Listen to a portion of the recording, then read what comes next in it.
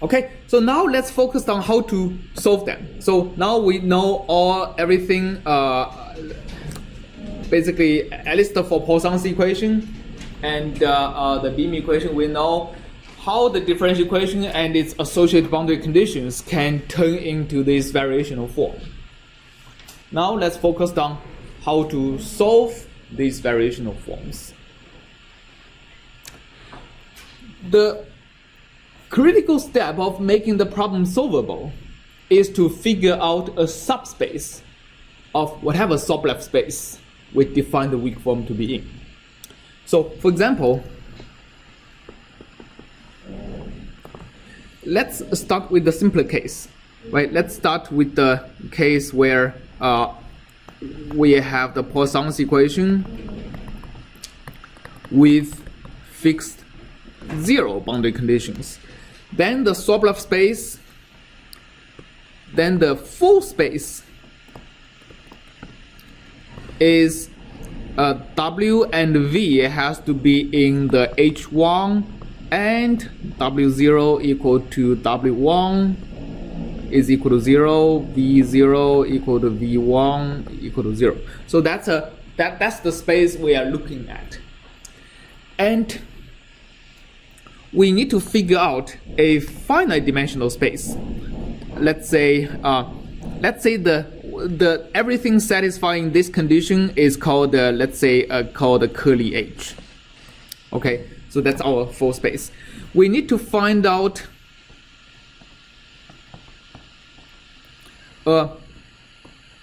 H.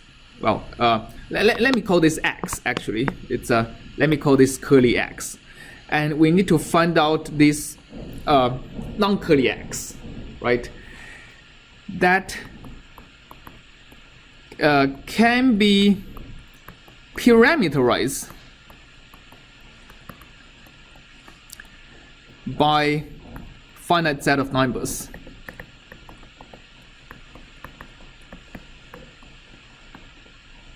Okay, so this is the parameterized by finite set of numbers is the key thing we are looking at here.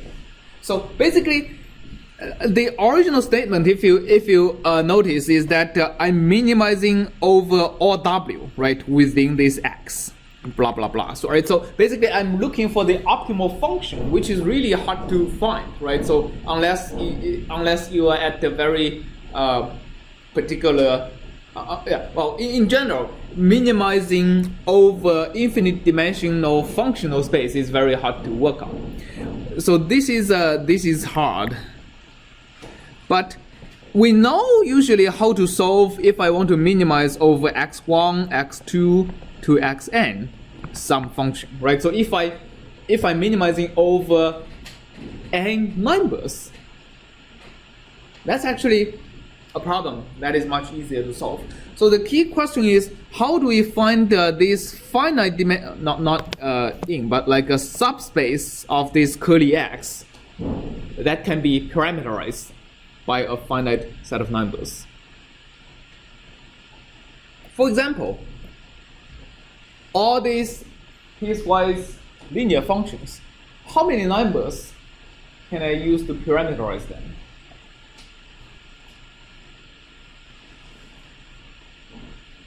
How would you parameterize the space of functions that are piecewise linear in each of these 10 intervals and also continuous across the boundaries?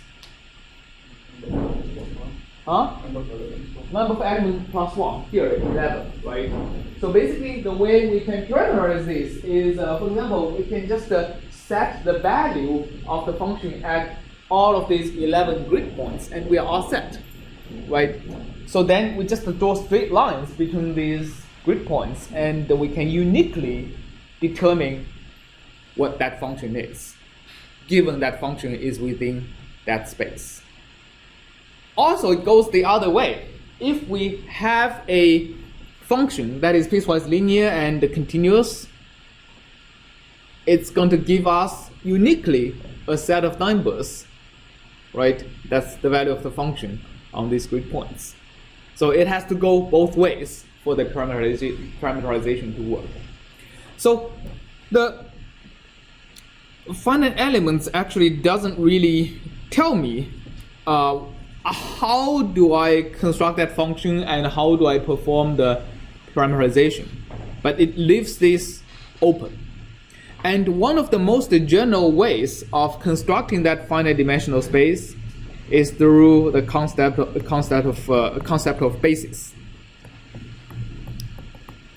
The basis, it's saying that basis of a finite dimensional space X is basically a set of W's, W1, W2, Wn. Okay? Such that for any f within the space X, we can have a parameterization of f, which I can call A1 to An, such that we have, let me just say this, f is equal to a summation of I goes from 1 to n, ai times wi for some a1, a2, etc., an. Okay, so basically the set of w's, the set of elements in the basis, can be used to represent any function in X through linear combination. So this is the first condition. Also, we have to have a second condition. Okay, that is A1, well, summation of AI, Wi, I goes from 1 to n equal to 0 if and only if A1 equal to A2 equal to etc. or equal to 0. What does that mean? That means that means each representation of f through that linear combination is unique, right? You cannot have f being represented by two sets of different a's, because if you do, you subtract these two sets of different a's, you should get 0, and that means the difference between this set of a's has to be all 0, right? So the second condition guarantees not only the existence of this kind of linear combination representation of every element in the X, it also guarantees the uniqueness. Well, another way to express the second condition is saying that all the W's has to be linearly independent. Right? So you cannot represent any of these W's by linearly recombining the other W's. All right, does that make sense? Okay, if you have this kind of basis, well, you can, if you have this kind of a basis, then we call this big X n-dimensional space, right? Because well, it can be represented by linear combination of n basis functions. All right. So basically, in finite element, what you do is you look at what that Sobolev space is, and you find the subset of that space that can be formed by a finite set of bases. So now an exercise is going back to these kind of functions. How would you construct a basis for these kind of functions? Basically, yes.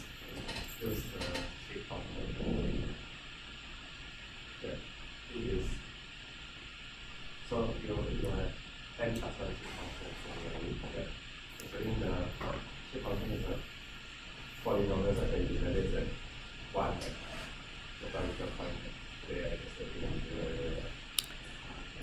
Right. So okay. So that's actually a very productive way of finding this kind of a basis, is to look at these elements and look at these grid points and figure out, is there a set of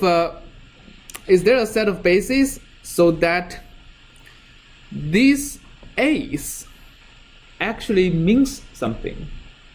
Okay, particularly the so-called nodal basis is such that I want to construct these basis functions wi's such that a1 is actually equal to the value of the function at one of the grid points, and a2 is also equal to the value of the function at a different grid point, etc. So that's called a nodal basis. Not every function space have a nodal basis, but actually many do, right? So for example, this linear functional space has a very nice set of nodal basis functions, and let's try to figure that out.